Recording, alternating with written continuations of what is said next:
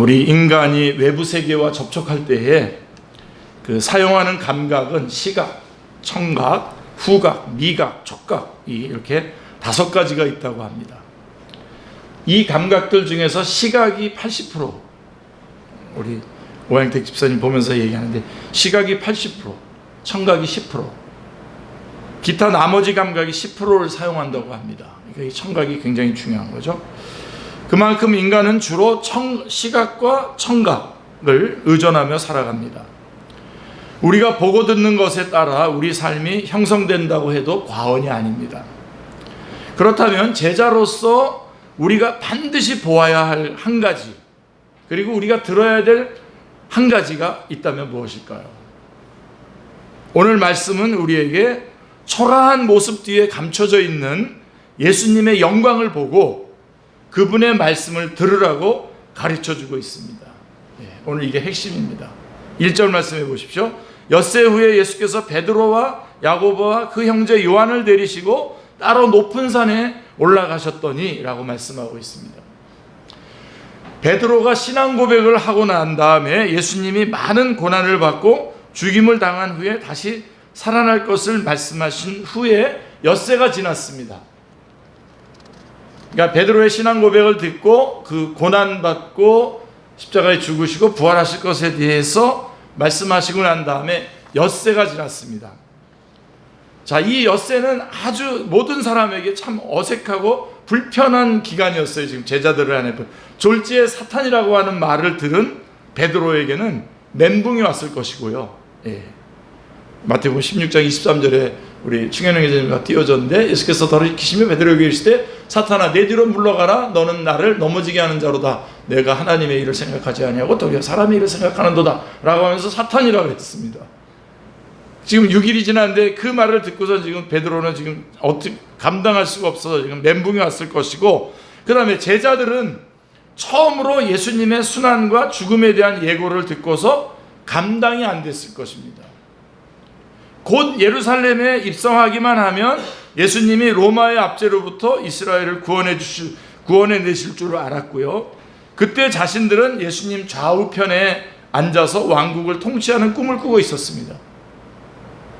그런데 예수님이 예루살렘에 올라가셔서 죽으신다고 하시니 모든 것이 산산조각나고 무너지는 것 같았습니다. 아무리 생각해봐도 예수님은 절대로 죽어서는 안 되는 일이었습니다. 예수님 죽으면 안 돼요, 지금 여기서. 그러나 감히 아무도 말을 꺼내지 못한 채 무거운 침묵만 흐르고 있었습니다. 예수님은 이런 제자들을 지켜보면서 특단의 대책이 필요하다고 생각하신 것 같습니다. 그게 17장에 나오는 내용입니다. 그래서 베드로와 야고보와 요한을 데리시고 따로 높은 산에 올라가셨습니다. 이 산은 만년설로 뒤덮여 있는 신비의 산 헐몬산이었을 것입니다. 분명히. 자, 산 위에서 어떤 일이 벌어졌습니까? 2절 말씀해 보시면 그들 앞에서 변형되사 그 얼굴이 해같이 빛나며 옷이 빛과 같이 휘어졌더라. 이게 오늘 말씀이 요절 말씀입니다. 오늘 여러분들이 이 말씀 꼭 붙잡으셔야 됩니다. 오늘 예수님이 그들 앞에서 변형되사 그 얼굴이 해같이 빛나며 옷이 빛과 같이 휘어졌더라 라고 말씀하고 있습니다. 예수님이 제자들 앞에서 변형되셨습니다. 여기서 변형이라고 하는 말의 원어가 메타모포시스라고 하는 헬러어인데요. 이 단어는 지금도 생물학에서 곤충이 애벌레, 번데기, 나비로 모습이 바뀔 때에 쓰이고 있다고 합니다. 분명 예수님은 예수님이셨지만 그 모습이 이전과 달랐습니다. 자, 변형되기 전에 예수님의 모습은 어떤 모습이었을까요? 여러분들, 우리 이 질문을 받으면 사람들은 대개 영화나 그림 속에 본 예수님의 모습을 먼저 떠올리죠. 그 모습은 머리는 금발에 갈색 수염을 기른 청년의 모습입니다. 하나같이 다 잘생긴 미남자의 얼굴이고 깔끔한 하얀 옷을 입고 있습니다. 그렇죠? 그러나 이런 모습이 실제로 제자들과 함께 갈릴리 호수 주변에 이곳저곳을 다니시던 예수님의 모습일까요? 아니죠. 이사야서 53장 2절에 보시면요, 예수님의 모습을 이렇게 예언하고 있습니다. 그는 주 앞에서 자라나기를 연한 순 같고 마른 땅에서 나온 뿌리 같아서 고운 모양도 없고 풍채도 없은즉 우리가 보기에 흠모할 만한 아름다운 것이 없도다. 이렇게 예언하고 있습니다. 이게 예수님의 모습입니다. 머리둘 것 없는 가난한 삶을 사신 예수님의 몸은 말라 계셨고 얼굴은 햇빛에 검게 그을러 계셨습니다. 오랫동안 목수일을 하신 예수님의 손은 거칠고 이리저리 상처투성이었습니다. 낡고 허름한 옷은 늘 누런 그 흙먼지를 뒤집어 쓰고 계셨습니다. 제자들은 예수님과 함께 살았지만 하나님의 아들로서의 영광을 제대로 알아보지 못했습니다. 그런데 변형되신 예수님의 모습은 어떠했습니까? 예수님의 얼굴은 해같이 빛나며 옷이 빛과 같이 휘어졌습니다. 주님의 그 조금의 어두움이나 그림자도 없으셨습니다. 진짜 모습, 예수님의 진짜 모습이죠. 예. 먼저 미리 말씀드리면 우리는 이 모습을 항상 기억해야 된다는 겁니다. 이 모습을 보시고 우리의 삶을 이런 주님의 인도하심 가운데 있다는 것을 꼭 기억하셔야 됩니다. 그걸 볼 수 있으셔야 됩니다. 여러분, 모세도 시내산에 올라가서 하나님을 만난 후에 그 얼굴에서 광채가 난 적이 있었습니다. 모세의 얼굴에서 나온 광채는 하나님의 영광이 반사돼서 나타난 달빛 같은 것이었습니다. 햇빛은 아닙니다. 반사돼서 나오는 것이었죠. 그렇지만요, 예수님의 얼굴에서 나온 이 해 같은 빛은 하나님의 영광 그 자체였습니다. 이 영광스러운 모습은 예수님께서 사람이 되시기 이전에 가지셨던 성자 하나님의 영광이었습니다. 동시에 이제 장차 부활하시고 승천하셔서 하나님 보좌 우편에 앉으실 그리스도의 영광이었습니다. 아멘. 자, 여기서 중요한 점은 십자가에서 고난받고 죽임을 당하시는 예수님의 정체가 사실은 영광스러운 하나님의 아들이시다라고 하는 사실입니다. 지금 그렇게 고난받고 죽을 것이다라고 그 말씀해 주신 그 말씀의 그 예수님의 모습은 실제로는 하나님 우편에 그 영광스러운 하나님의 아들이다라고 하는 것입니다.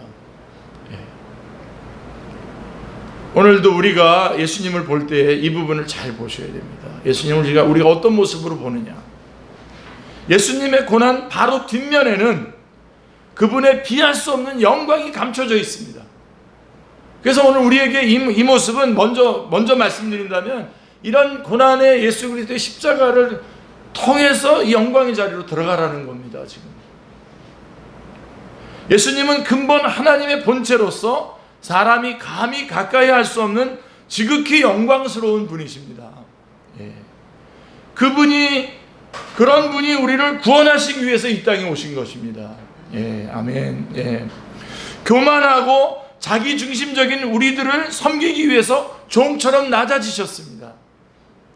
우리의 죄악을 짊어지시기 위해 도살장으로 끌려가는 어린 양처럼 십자가에 못 박혀 죽으셨습니다. 그러나 예수님의 생애는 고난과 죽음으로 끝나지 않았죠. 죽음의 권세를 무너뜨리시고 사흘 만에 다시 살아나셔서 본래 가지셨던 하나님의 아들의 영광을 회복하셨습니다. 이것이 십자가의 도입니다. 그러나 여러분, 제자들은 어떻습니까? 제자들은 십자가의 도는 모르고 영광의 도만 알 따름이었습니다.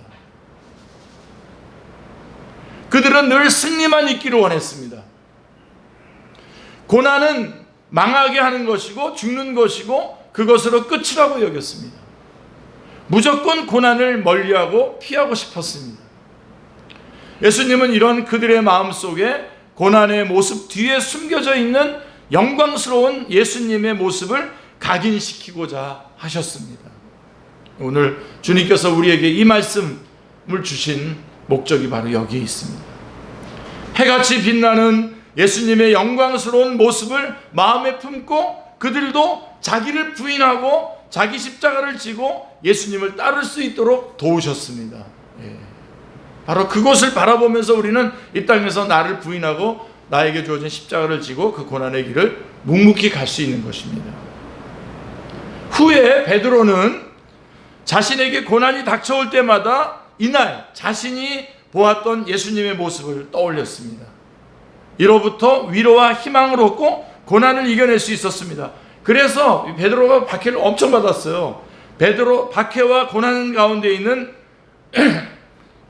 또 소아시아 지역의 성도들에게 이렇게 편지를 보냈습니다. 베드로후서 1장 16절 17절 말씀을 보십시오. 우리 주 예수 그리스도의 능력과 강림하심을 너희에게 알게 한 것이 교묘히 만든 이야기를 따른 것이 아니요 우리는 그의 크신 위엄을 친히 본 자라. 그 빛난 모습을 봤잖아요. 그리고 지극히 영광 중에 이러한 소리가 나기를 이는 내 사랑하는 아들이요 내 기뻐하는 자라 하실 때에 그가 하나님 아버지께 존귀와 영광을 받으셨느니라. 이렇게 말씀하고 있습니다. 오늘날 위로와 희망이 필요한 교회가 또 있습니다. 어디죠? 바로 한국교회입니다. 교회에 대한 이미지가 하락한 것은 어제 오늘의 일이 아닙니다. 반기독교적인 정서가 모든 분야에서 만연해 있습니다. 2019년 11월에 터진 코로나 집단 감염 사태의 주 발원지로 교회가 지목을 받으면서 이런 현상은 더욱 가속화되었습니다. 그때는 거의 공공의 적으로 취급을 받았죠. 시간이 흘렀지만 지금도 이 땅의 교회들은 온갖 비난과 조롱의 대상이 되어 있고 갖가지 추문과 오명을 뒤집어쓰고 있습니다. 자, 이런 상황 속에서 어떤 감정이 드십니까? 우리 교회는 별로 이 부분에서 그냥 좀 지나치신 것 같은데 어떤 분은 화를 냅니다. 어떤 분은 억울해합니다. 어떤 분은 부끄러워서 숨고 싶어 합니다. 어떤 분은 이 모습을 안타까워하며 웁니다. 다양하고 복잡한 감정이 뒤섞이며 하나같이 앞날을 걱정하고 있습니다. 앞으로 전도가 제대로 될까? 앞으로 교회가 크게 위축되지 않을까? 앞으로 그리스도인이라고 차별을 받는 세상이 오는 것은 아닐까? 근심과 걱정이 쌓여갑니다. 그러나 여러분, 사랑하는 성도님들, 보이는 것이 전부가 아닙니다. 겉으로 초라해 보였던 예수님이 알고 보면 빛나고 영광스러운 분인 것처럼 부끄럽고 초라해 보이는 교회도 알고 보면 빛나고 영광스러운 교회입니다. 아멘. 사도 바울은 에베소서 1장 23절에서 이렇게 말합니다. 교회는 그의 몸이니 만물 안에서 만물을 충만하게 하시는 이의 충만이니라 라고 말씀하고 있습니다. 할렐루야. 또 에베소서 5장 27절에서는 이렇게 말씀하고 있습니다. 자기 앞에 영광스러운 교회로 세우사 티나 주름 잡힌 것이나 이런 것들이 없이 거룩하고 흠이 없게 하려 하심이라 라고 말씀하고 있습니다. 교회는 예수 그리스도의 몸입니다. 그러므로 예수님은 교회를 자기 앞에 영광스러운 교회로 반드시 세우실 것입니다. 아멘. 지금 우리가 겪고 있는 일들을 통해 우리는 티나 주름 잡힌 것이나 이런 것들이 없이 거룩하고 흠이 없는 자들로 정결하게 될 것입니다.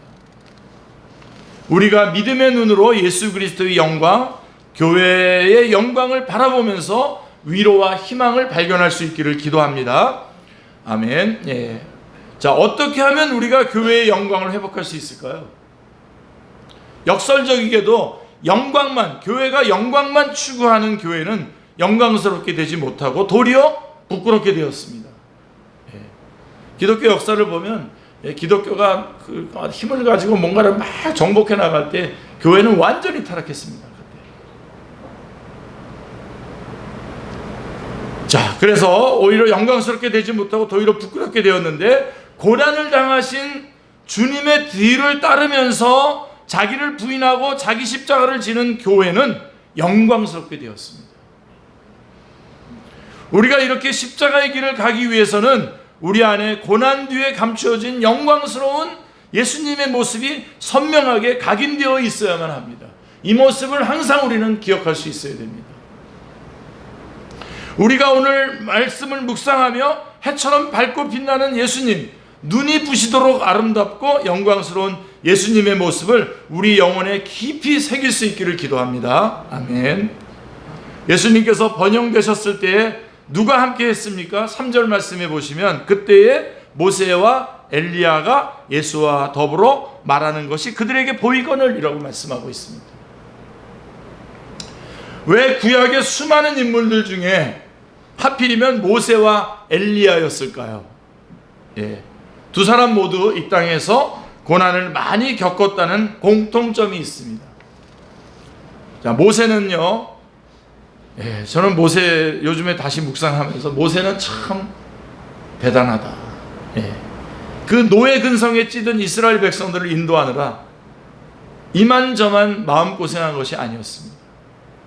저만 하더라도 몇 분 안 되는 우리 성도님들 섬기는데도 어쨌든 잠도 잘 안 옵니다. 근데 이 노예 근성에 찌들어 완전히 막 거칠게 대적하고 있는 그들을 이끌으려고 얼마나 고생이 많았겠습니까? 내 몸에 낳은 자녀들 몇 사람을 감당하기도 벅찬데 수백만의 백성들을 어떻게 감당했을지 상상이 가지는 않습니다. 엘리야는 어떻습니까? 엘리야는 아합과 이세벨이 통치하는 북이스라엘에서 우상숭배와 홀로 힘겹게 싸우느라고 모진 고생을 했습니다.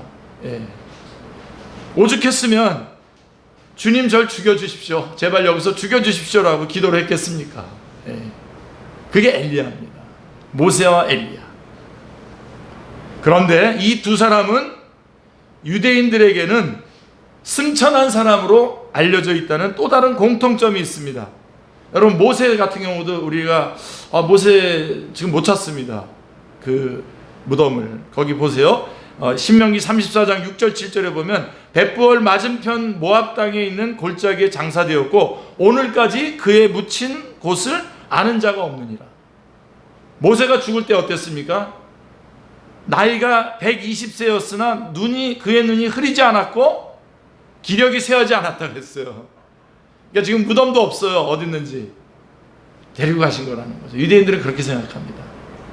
그리고 엘리야는요, 아주 성경에 분명하게 나와 있죠. 열왕기 2장 11절에 보면 두 사람이 길을 가며 말하더니 불수레와 불말들이 두 사람을 갈라놓고 엘리야가 회오릿바람으로 하늘로 올라가더라 라고 이렇게 말씀하고 있습니다.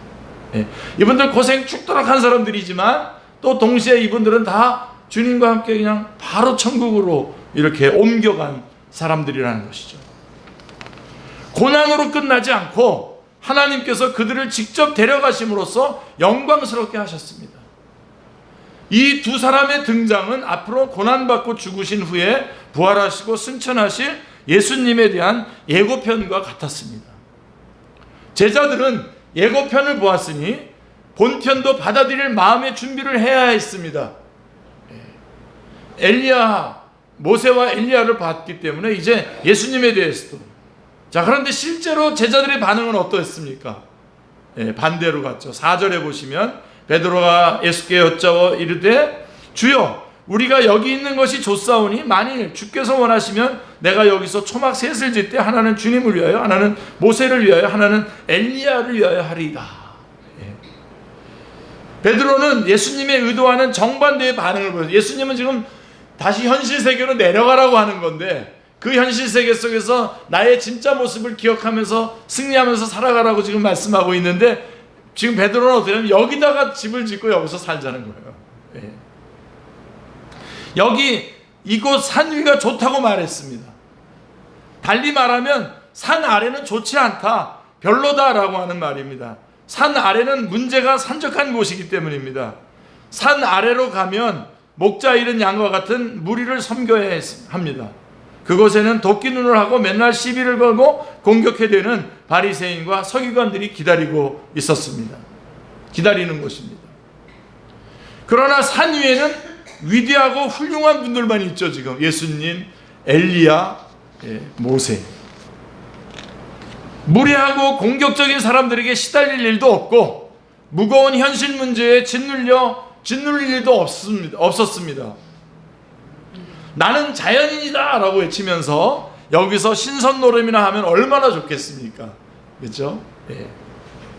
베드로는 초막 셋을 짓자고 했지만 마음속으로는 그 옆에 내 것도 지어야 합니다 라고 말하고 있었을 것입니다. 자기도 하나 짓고 거기서 같이 사는 거죠.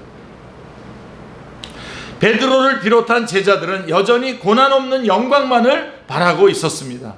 예수님께서는 말씀만으로 잘 먹히지 않자 시청과 교육까지 하셨건만 제자들은 요지부동이었습니다. 십자가의 도를 끝까지 밀어내고 있는 제자들을 돕기 위해서 결국 누가 나서야 했습니까? 결국은 5절 말씀 보십시오. 말할 때에 호련히 빛난 구름이 그들을 덮으며 구름 속에서 소리가 나서 이르시되 이는 내 사랑하는 아들이요 내 기뻐하는 자니 너희는 그의 말을 들으라 하신지라. 빛난 구름은 하나님께서 임재하셨음을 알리는 대표적인 표지입니다. 아무리 해도 제자들이 말을 듣지 않으니 예수님께서 아빠 찬스를 쓰셨습니다. 하나님 아빠 찬스를 쓰셨어요. 하나님께서 구름 속에서 하신 말씀은 내 사랑하는 아들이니 내 기뻐하는 자니 너희는 그의 말을 들으라 하셨습니다. 예수님께서 세례 받으시고 물 위에 올라오셨을 때에도 마태복음 3장에 보면 17절에 내 사랑하는 아들이요 내 기뻐하는 자라고 하는 음성이 하늘로부터 들린 적이 있었습니다. 자, 이때는 하나님께서 아들이신 예수님을 왕이요 메시아로 임명하신다는 뜻이었습니다. 그런 의미에서 그 말씀을 하신 것이고, 두 번째 하신 말씀은 표현은 같지만 의미는 다릅니다. 좀 달랐습니다. 고난과 죽음을 통과하여 부활에 이르는 길을 가고자 하는 예수님을 하나님께서 기뻐하신다는 것에 강조점이 있었습니다. 그래서 마지막에 너희는 그의 말을 들으라 라고 하는 말씀이 따라왔습니다. 예수님의 어떤 말씀을 들어야 합니까? 사랑하는 성도님들, 우리는 예수님의 어떤 말씀을 들어야 합니까? 물론 예수님의 모든 말씀을 다 듣고 순종해야 됩니다. 그러나 그 중에서 다른 무엇보다도 십자가의 도를 듣고 순종해야 합니다. 아멘. 예. 왜냐하면 아들이신 예수님께서 특별히 강조하셨고 아버지이신 하나님께서 친히 임재하셔서 순종을 요구하신 말씀이기 때문입니다. 변형되신 예수님을 보고도 별 두려움이 없던 제자들이 하나님의 임재 앞에서 엎드려 떨었습니다. 그게 6절 말씀입니다. 엎드려 떨었고 7절에 보면 예수님께서는 그들에게 손을 대시면서 일어나라 두려워하지 말라라고 말씀하셨고요.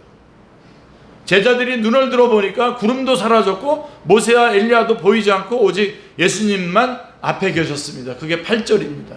제자들이 눈을 들어보면 오직 예수 외에는 아무도 보이지 아니하더라.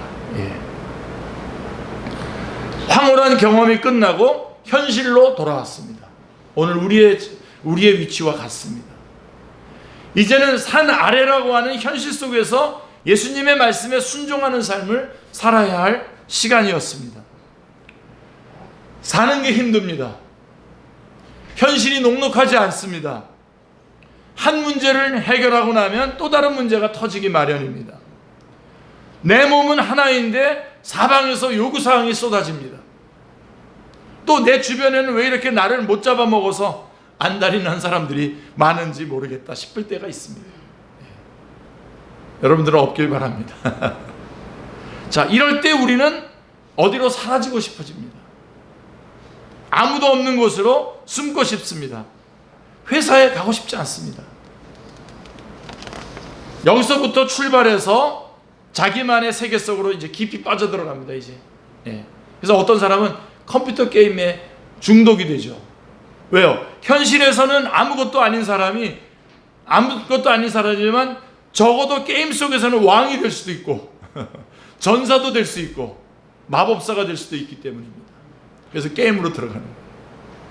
또 종교 중독이라고 하는 것도 있습니다. 바로 지금 이 베드로가 말했던 것이 바로 종교 중독입니다. 현실로부터 도피해서 신비한 종교적 체험을 추구하는 경우를 가리키는 말입니다. 그래서 이단들이나 이런 그런 잘못된 그 유사 기독교들이 대부분 이제 말로 안 되니까 이런 신비적인 체험을 준다 그러면서 막 이끌어가지 않습니까? 거기에 다 빠지는 거죠. 오늘 말씀 속에서 산 위 이곳이 너무 좋으니 나를 여기 영원히 머무르게 하소서라고 구하는 베드로의 모습이 바로 그 사례입니다. 그러나 주님은 아니다, 산 아래로 가자라고 말씀하십니다. 산 아래로 가자. 문제 많은 현실, 산적한 과제들로 둘러싸인 그곳으로 가자고 하십니다. 그곳에 가서 고난을 감당하며 십자가를 지고 하나님의 나라를 함께 이루어 가자고 우리 손을 잡아 이끄십니다. 이것이 우리가 들어야 할 음성입니다. 산 아래로 가자. 이것이 얼마나 중요한지 하나님께서 친히 너희는 그의 말을 들으라고 명령하셨습니다.